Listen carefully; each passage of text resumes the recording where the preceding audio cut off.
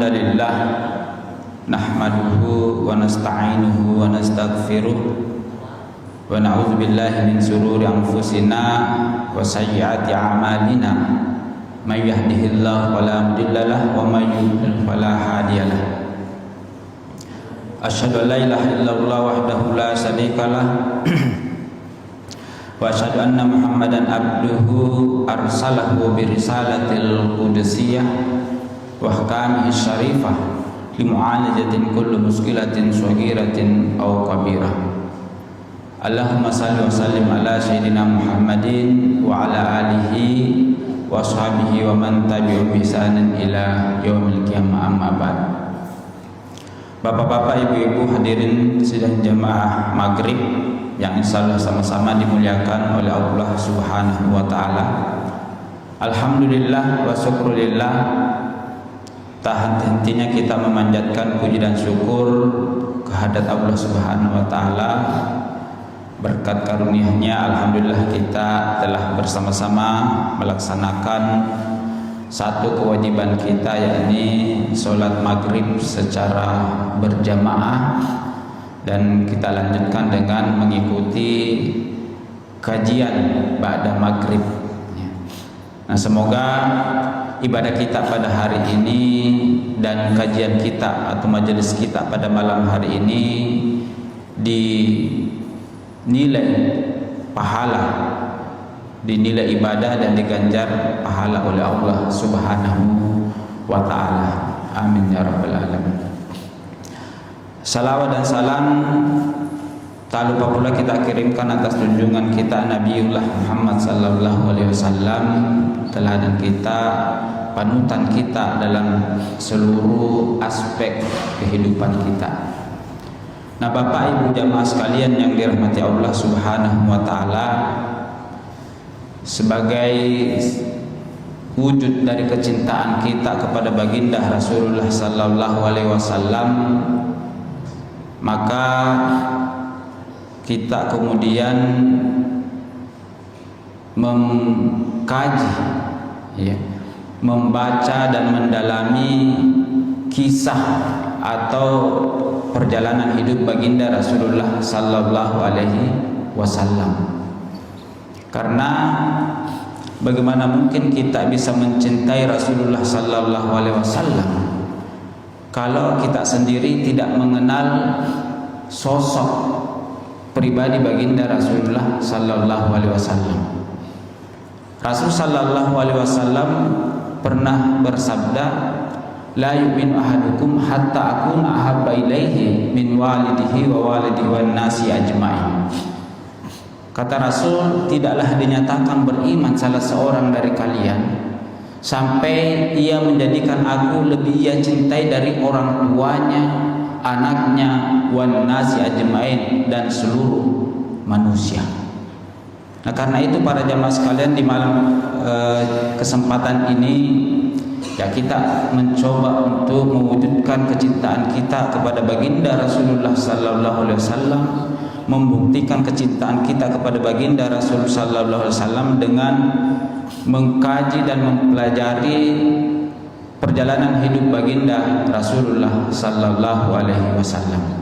Semoga kajian ini nanti ya semakin menambah ya kecintaan kita kepada baginda Rasulullah sallallahu alaihi wasallam. Di pertemuan sebelumnya para jamaah sekalian, kita sudah bahas terkait kelahiran baginda Rasulullah sallallahu alaihi wasallam.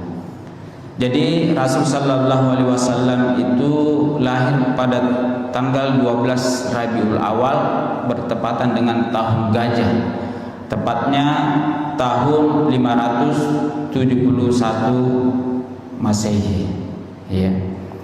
Nah, jadi dikatakan tahun gajah karena pada saat itu pasukan bergajah yang dipimpin oleh Abraha kemudian menyerang kota Mekah untuk menghancurkan Ka'bah. Namun Allah Subhanahu wa taala sebagai pemilik Ka'bah kemudian menjaga rumahnya, menjaga tempat ibadahnya, sehingga pasukan bergajah tersebut bukannya menghancurkan Ka'bah, tetapi mereka lah yang kemudian dihancurkan oleh Allah Subhanahu wa taala. Dan insyaallah di kesempatan malam hari ini para jamaah sekalian, kita akan melanjutkan kajian sirah nabawiyah kita pada dengan tema kehidupan Rasulullah sallallahu alaihi wasallam sebelum diangkat menjadi nabi dan rasul. Ya, jadi Rasul sallallahu alaihi wasallam itu sebagaimana yang telah kita pahami, beliau itu lahir dalam keadaan yatim, ya.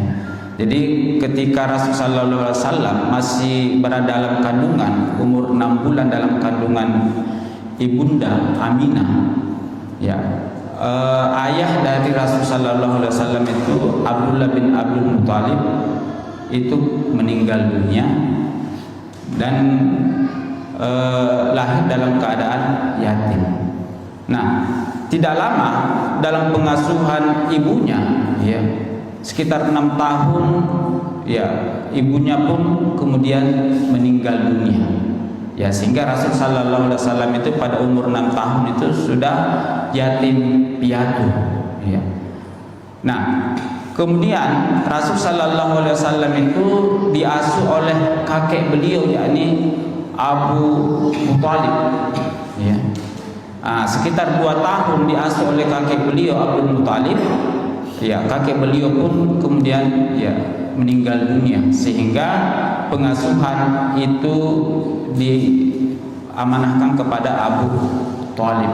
Ya, nah, di Abu Thalib inilah paman Rasul sallallahu alaihi wasallam ini lama, ya, diasuh oleh Abu Thalib hingga menjelang masa kenabian, dari umur 8 tahun sampai masa kenabian baginda Rasulullah sallallahu alaihi wasallam, ya. Nah, Abu Thalib ini adalah anak dari Abdul Muthalib, ya. Jadi Abu Thalib ini saudara dari ayahnya Rasulullah, Abdullah bin Abdul Muthalib, ya. Nama asli Abu Thalib ini adalah Abdul Manaf, ya. Jadi nama aslinya itu adalah Abdul Manaf. Istri Abu Thalib itu bernama Fatimah binti As'ad, ya, bibi Rasul sallallahu alaihi wasallam, ya. Nah, meskipun Rasul sallallahu alaihi wasallam ini bukan anak kandung Abu Thalib, tetapi Abu Thalib dan istrinya itu sangat menyayangi baginda Rasulullah sallallahu alaihi wasallam, ya. Jadi saking sayangnya Abu Thalib, ya, kepada Rasulullah sallallahu alaihi wasallam, begitu juga Rasul sallallahu alaihi wasallam begitu sayang kepada pamannya. Ya, sampai-sampai Rasul sallallahu alaihi wasallam itu tidak bisa tidur kalau tidak dinabobokkan sama pamannya. Ya, bayangkan begitu sayangnya Rasul kepada pamannya ini, dan pamannya juga ini Abu Thalib itu tidak tenang, ya, sebelum memastikan anak Rasul ini betul-betul sudah tidur, ya. Jadi luar biasa kecintaan Abu Thalib ini kepada Rasulullah sallallahu alaihi wasallam, melebihi cintanya kepada anak kandungnya sendiri, ya. Begitupun istrinya, ya. Nah, Rasul sallallahu alaihi wasallam ini selalu ikut kemanapun Rasul kemanapun pamannya ini pergi, ya. Jadi dia selalu ikut, ya. Nanti bahkan diceritakan Rasul sallallahu alaihi wasallam itu pernah ikut sama pamannya, ya, ketika melakukan perjalanan perdagangan ke negeri Syam, ya. Jadi ketika mengetahui pamannya mau berangkat berdagang 3 hari sebelumnya itu, Rasul itu selalu menangis, saya akan ditinggal oleh pamanku, ya. Melihat Rasul menangis, ya, Abu Thalib ini tidak tega, sehingga kemudian mengajak Rasul sallallahu alaihi wasallam ini ikut, ya, dalam perjalanan perdagangan ke negeri Syam, ya. Nah, Abu Thalib ini para jemaah sekalian itu sangat memahami, ya, bagaimana karakter dan akhlak keponakannya ini. Jadi Rasul sallallahu alaihi wasallam ini tidak pernah berbohong, ya. Dia tidak pernah berjudi, tidak minum arak, dan tidak pernah menyembah berhala, ya. Sampai-sampai istri Abu Thalib ini berdoa, ya, semoga, ya Tuhanku, karuniakanlah kepada kami seorang anak lelaki yang tampan wajahnya serta baik sikapnya seperti Muhammad. Jadi saking cintanya, ya kagumnya terhadap akhlak Rasul sallallahu alaihi wasallam, sampai-sampai istri dari Abu Talib ini berdoa, ya semoga diberi keturunan yang wajah dan karakternya, sifatnya itu sama dengan Rasul sallallahu alaihi wasallam, dan itu dikabulkan oleh Allah Subhanahu wa taala. Ya, Abu Talib ini kemudian memiliki anak, ya. Abu Talib ini kemudian memiliki anak, yakni Ja'far bin Abu Talib. Ya, Ja'far ini memiliki wajah dan karakter sifat itu mirip dengan baginda Rasul sallallahu alaihi wasallam. Jadi Ja'far ini adalah sepupu satu kali baginda Rasul sallallahu alaihi wasallam. Ya. Nah, dalam bimbingan Abu Talib pada tahun umur 8 sampai 25 tahun, ya, Rasul sallallahu alaihi wasallam itu membantu pamannya mengembala kambing atau domba. Jadi Abu Talib itu banyak dititipi domba atau kambing oleh penduduk Mekah. Nah, Rasul sallallahu alaihi wasallam ini kemudian membantu Abu Talib untuk mengembala kambing. Ya, jadi Rasul sallallahu alaihi wasallam itu mengembala domba itu sejak berumur 8 tahun hingga 21 tahun, ya. Kira-kira berapa tahun itu, dari umur 8 sampai umur 21 tahun, kira-kira sekitar 13 tahun, ya. Iya. Jadi masa remaja Rasul sallallahu alaihi wasallam itu banyak dihabiskan dengan mengembala kambing, ya. Nah, hikmah mengembala kambing, ya. Jadi Rasul sallallahu alaihi wasallam itu pernah bersabda, ya, at-takhizi gunaman fa inna fiha barakah. Jadi peliharalah kambing karena kambing itu penuh berkah. Jadi kambing ini adalah hewan yang diberkahi. Ya, simbol ibadah kurban itu kan kambing, ya. Ya, kemudian kalau kita mau akikah, nah itu kambing. Jadi memang kambing ini kata Rasul itu adalah hewan yang penuh berkah, ya. Nah, karena itu ya Rasul menyarankan kita peliharalah kambing karena kambing itu penuh dengan berkah, ya. Nah, hikmah mengembala kambing para jamaah sekalian, ya. Yang pertama itu menempa leadership. Ya, jadi Rasul sallallahu alaihi wasallam ini memang sudah disiapkan oleh Allah Subhanahu wa taala untuk menjadi pemimpin. Ya, nah karena itu kemudian, ya, Rasul sallallahu alaihi wasallam itu ditempa, ya, dilatih kepemimpinannya dengan, ya, memelihara kambing, ya. Nah, kenapa? Karena, ya, kelak Rasul sallallahu alaihi wasallam akan menjadi pemimpin umat, memimpin manusia, ya, dengan berbagai suku dan bangsa. Nah, karena itu Allah kemudian melatih atau menggembleng kepemimpinan Rasulullah sallallahu alaihi wasallam itu dengan memelihara kambing. Jadi kambing ini memang hewan yang yang nakal, ya. Ya. Nah, jadi kalau hewan yang nakal saja bisa dipimpin, ya bagaimana dengan manusia yang jelas-jelas berakal? Hewan kan tidak berakal, ya. Jadi kalau hewan saja yang tidak berakal mampu ditaklukkan, mampu diatur oleh Rasul, bagaimana dengan orang yang memiliki akal? Tentu akan lebih mudah. Nah, sebegitu cara Allah kemudian menggembleng Rasul sallallahu alaihi wasallam, ya, dalam menempa kepemimpinannya, ya. Kemudian hikmah yang kedua dari mengembala kambing itu menumbuhkan rasa tanggung jawab. Ya, jadi dengan mengembala kambing itu bisa menumbuhkan rasa tanggung jawab, sebab kambing itu yaitu dikeluarkan di pagi hari, ya, dalam keadaan perut kosong, kemudian dikembalikan ke kandang, ya, di sore hari dalam keadaan kenyang. Nah, pemimpin itu mesti seperti itu, ya. ya rakyatnya yang di pagi hari perutnya kosong itu harus dipastikan oleh seorang pemimpin kenyang ya di saat siang atau sudah malam. Itu tanggung jawab seorang pemimpin, harus memastikan rakyatnya itu tidur dalam keadaan tidak lapar. Ya, itu seorang pemimpin mestinya harus seperti itu. Makanya Umar bin Khattab ketika menjadi khalifah itu kemudian setiap malam patroli untuk memastikan ya rakyatnya ini tidak ada yang tidur dalam keadaan lapar. Ya.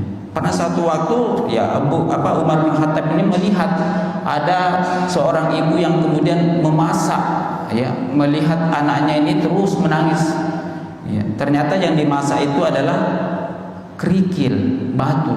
Ya, hanya sekedar untuk menenangkan anaknya. Oh, sudah hampir masak. Padahal tidak masak-masak. Bagaimana mau masak? Yang dimasak bukan beras, bukan gandum, tapi batu. Ya, mengetahui hal itu kemudian Umar bin Khattab itu mengambil gandum, ya, kemudian memikulnya sendiri mengantarkan ke rakyatnya. Nah, seorang pemimpin harus seperti itu. Ya, bukan justru kemudian ya memalaki rakyatnya dengan berbagai pajak, ya, ya, mencabut subsidi dengan alasan ya berbagai macam alasan. Ya, jadi jangankan mau bayar pajak, ya banyak rakyat hari ini yang makan saja susah. Nah, seorang pemimpin tidak boleh seperti itu. Pemimpin itu harus memastikan rakyatnya itu tidur dalam keadaan kenyang. Ya. Dia harus memiliki rasa tanggung jawab. Nah, Rasul Sallallahu Alaihi Wasallam itu dilatih dari kecil ya oleh Allah Subhanahu Wa Taala dengan mengembala kambing. Bagaimana kemudian Rasul ini memastikan kambingnya yang keluar di pagi hari dalam keadaan lapar pulang dalam keadaan kenyang. Ya. Nah, kemudian hikmah yang ketiga para jamaah sekalian, mengasah manajemen. Ya, jadi memelihara kambing itu juga perlu manajemen. Ya, kapan dikasih makan, kapan dikasih keluar kandang, kapan dimandikan bahkan ya. Ya, kapan dikasih kembali. Nah, itu perlu manajemen, ya. Kemudian menempa kesabaran. Nah, seorang pemimpin itu harus memiliki kesabaran yang tinggi. Ya, kalau tidak sabar susah menjadi pemimpin. Ya, kalau dikritik sedikit oleh rakyatnya, ya kemudian marah bahkan mengkriminalisasi rakyatnya, ini kan bukan sosok seorang pemimpin. Seorang pemimpin itu harus sabar ketika diberi masukan, ketika dikritisi oleh rakyatnya. Bukan justru kemudian kalau dikritisi oleh rakyatnya, justru kemudian mengkriminalisasi rakyatnya. Ya. Nah, yang terjadi hari ini kan banyak seperti itu ya. Ya, rakyatnya dipenjarakan ya dan lain sebagainya. Nah, seorang pemimpin itu harus memiliki kesabaran. Ya, nah Rasul Sallallahu Alaihi Wasallam itu dilatih untuk memiliki kesabaran ini dengan mengembalakan kambing. Sebab kambing itu adalah hewan yang susah diatur. Ya, jadi semua hewan itu sebenarnya susah diatur, tapi kambing ini paling susah diatur. Ya, sehingga kemudian ya pilihannya Allah Subhanahu Wa Taala itu ya mengembalakan kambing, ya memerintahkan atau Rasul dilatih dengan mengembalakan kambing. Ya. Nah, selanjutnya hikmah berikutnya menumbuhkan sifat penyayang dan penyantun. Jadi seorang pemimpin itu mesti harus memiliki sifat penyayang dan penyantun. Jadi harus menyayangi peliharaannya, ya. Bukan justru kemudian rakyatnya itu disakiti, ya, diteror, dipajaki dan seterusnya, ya. Nah, hari ini kan kita semua dipajaki ya. Ya, kita punya motor dipajaki, kita punya rumah dipajaki, ya. Saya bulan lalu itu bayar pajak itu, saya lupa bayar pajak 2 tahun ya, PBB ya. Jadi saya bayar langsung 3 tahun itu 1 juta lebih dengan dendanya ya, bayangkan Jadi untuk kita punya rumah itu ya harus bayar pajak, ya. Kita punya usaha juga dipajaki, ya. Kita belanja di supermarket kita dipajaki. Pokoknya tidak ada ya yang tidak dipajaki hari ini, ya. Padahal kita beli kendaraan dengan uang kita sendiri, kenapa kok dipajaki, ya. Ya. Nah, kemudian hikmah berikutnya menjadi pribadi pengayom dan pelindung. Nah, jadi Rasul sallallahu alaihi wasallam itu ketika mengembala itu kemudian melihat kambingnya yang sakit itu lebih didahulukan makanannya dibanding kambing-kambing yang lain. Nah, seperti itulah mestinya pemimpin harus mengayomi dan melindungi, ya. Bukan malah kemudian abai dengan tanggung jawabnya, ya. Hari ini ya orang miskin itu banyak yang diabaikan, ya, banyak rumah sakit ya tidak ada BPJS-nya, tidak dilayani, ya. Bayangkan, ya. Sehingga ada istilah yang orang miskin itu dilarang sakit, ya.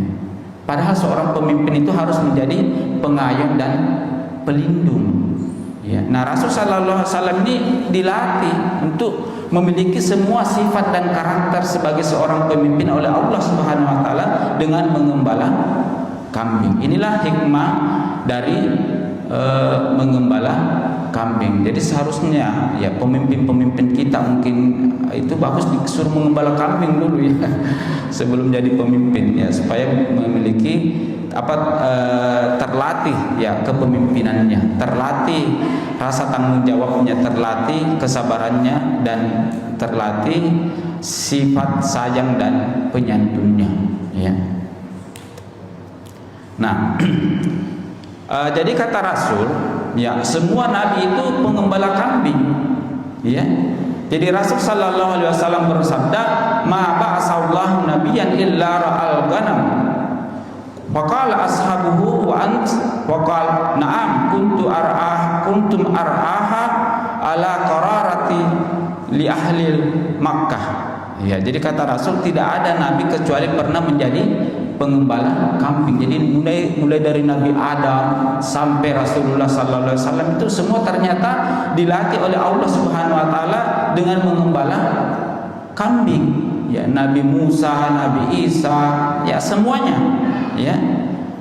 Para sahabat bertanya, ya, faqal ashabuhu wa ant, ya, apakah engkau juga wahai Rasul? Ya, beliau kemudian berkata, iya, saya telah mengembala dengan imbalan beberapa qirat, ya, dari penduduk Mekah. Ya, jadi Rasul menjawab, ya, saya juga dulu mengembala kambing. Bahkan ya Rasul itu mengembala kambing tidak sebentar, 13 tahun lamanya Rasul sallallahu alaihi wasallam itu mengembala kambing, membantu pamannya Abu Thalib, ya. Jadi begitulah Allah Subhanahu wa taala melatih para nabi dan rasul dengan ya mengembalakan kambing, ya. Nah, Bapak Ibu jamaah sekalian yang dirahmati Allah Subhanahu wa taala, jadi Rasul sallallahu alaihi wasallam itu maksum, artinya beliau itu terjaga dari dosa dan maksiat, ya. Jadi yang menjaga Rasul sallallahu alaihi wasallam itu dari melakukan dosa dan kemaksiatan itu memang Allah, ya. Nah, jadi sejak kecil Rasul sallallahu alaihi wasallam itu memang tidak pernah menyembah berhala, ya. Jadi penduduk Mekah, ya, orang kafir Quraisy itu penyembah berhala Lata dan Uzza, ya. Ya. Nah, Rasul sallallahu alaihi wasallam itu tidak pernah menyembah berhala, bahkan sangat membenci yang namanya Lata dan Uzza itu, ya. Pernah suatu ketika, ya, Rasul sallallahu alaihi wasallam itu diajak oleh teman-teman gembalanya, ya, untuk melihat atau menonton acara pernikahan, ya. Jadi ada acara pernikahan di kota Mekah itu, ya, ada musiknya, ya, mungkin sekarang itu ada dangdutan lah, ya. Teman-teman Rasul itu mengajak, ayo Muhammad, kita pergi refreshing dulu ini. Ada acara dangdutan ini di Mekah ini, ya. Ada yang menikah ini, ya. Rasul, oh iya, senang, ya, ayo kita pergi, ya. Tapi ketika mau pergi itu Rasul itu dilanda rasa kantuk, Jadi ya dikasih rasa kantuk oleh Allah Subhanahu wa taala sampai tertidur, sehingga ya tidak jadi pergi, ditinggal sama teman-temannya. Ya. Itu berulang ya, sampai hingga 3 kali itu diajak ya. Keesokan harinya ada lagi, ya, pekan depannya ada lagi ketika mau berangkat Rasul sallallahu alaihi wasallam itu dikasih rasa ngantuk oleh Allah Subhanahu wa taala sehingga dia tidak melihat tontonan maksiat tersebut. Ya, apalagi ya kalau dangdutan, jangankan acara pernikahan ya, penduduk Mekah saja itu, tawaf saja itu tidak berbusana. Ya. Ibadah saja tawaf di Ka'bah itu mereka tidak berbusana, apalagi acara pernikahan. Ya, kalau kita dulu ada terkenal itu candolen-dolen ya. Ya, itu bahaya sekali ya. Ya. Tidak orang tua, anak-anak, auzubillahi min dzalik ya. Ya, jadi pemimpin hari ini bukan justru menjaga rakyatnya itu untuk tidak menyaksikan tontonan maksiat, bahkan kemudian memfasilitasi, memberikan izin ya. Nah, seorang pemimpin tidak boleh seperti itu ya. Ya. Nah, Bapak Ibu jamaah sekalian yang dirahmati Allah Subhanahu wa taala. Jam berapa? Hah? Iya. Jadi Rasul sallallahu alaihi wasallam itu ketika berumur 12 tahun itu ikut pamannya bersama pamannya dalam melakukan perjalanan dagang menuju negeri Syam. Ya, sebagaimana yang sempat saya singgung tadi, ya, Rasul sallallahu alaihi wasallam itu tidak mau ditinggal sama pamannya. Ya. Ya, jadi ketika dia tahu pamannya mau pergi berdagang, ya Rasul itu menangis ya selama 3 hari 3 malam. Akhirnya diajaklah oleh pamannya ikut berdagang ke negeri Syam ya. Nah, di Busra, kafilah dagang Abu Talib ini melewati kuil Buhairah ya. Sang rahib takjub menyaksikan kafilah dagang tersebut karena awan selalu memayungi Rasul sallallahu alaihi wasallam. Jadi ketika Rasul sallallahu alaihi wasallam itu lewat, ya pendeta rahib Buhairah ini melihat kenapa ada awan selalu mengikuti kafilah dagang ini. Ya.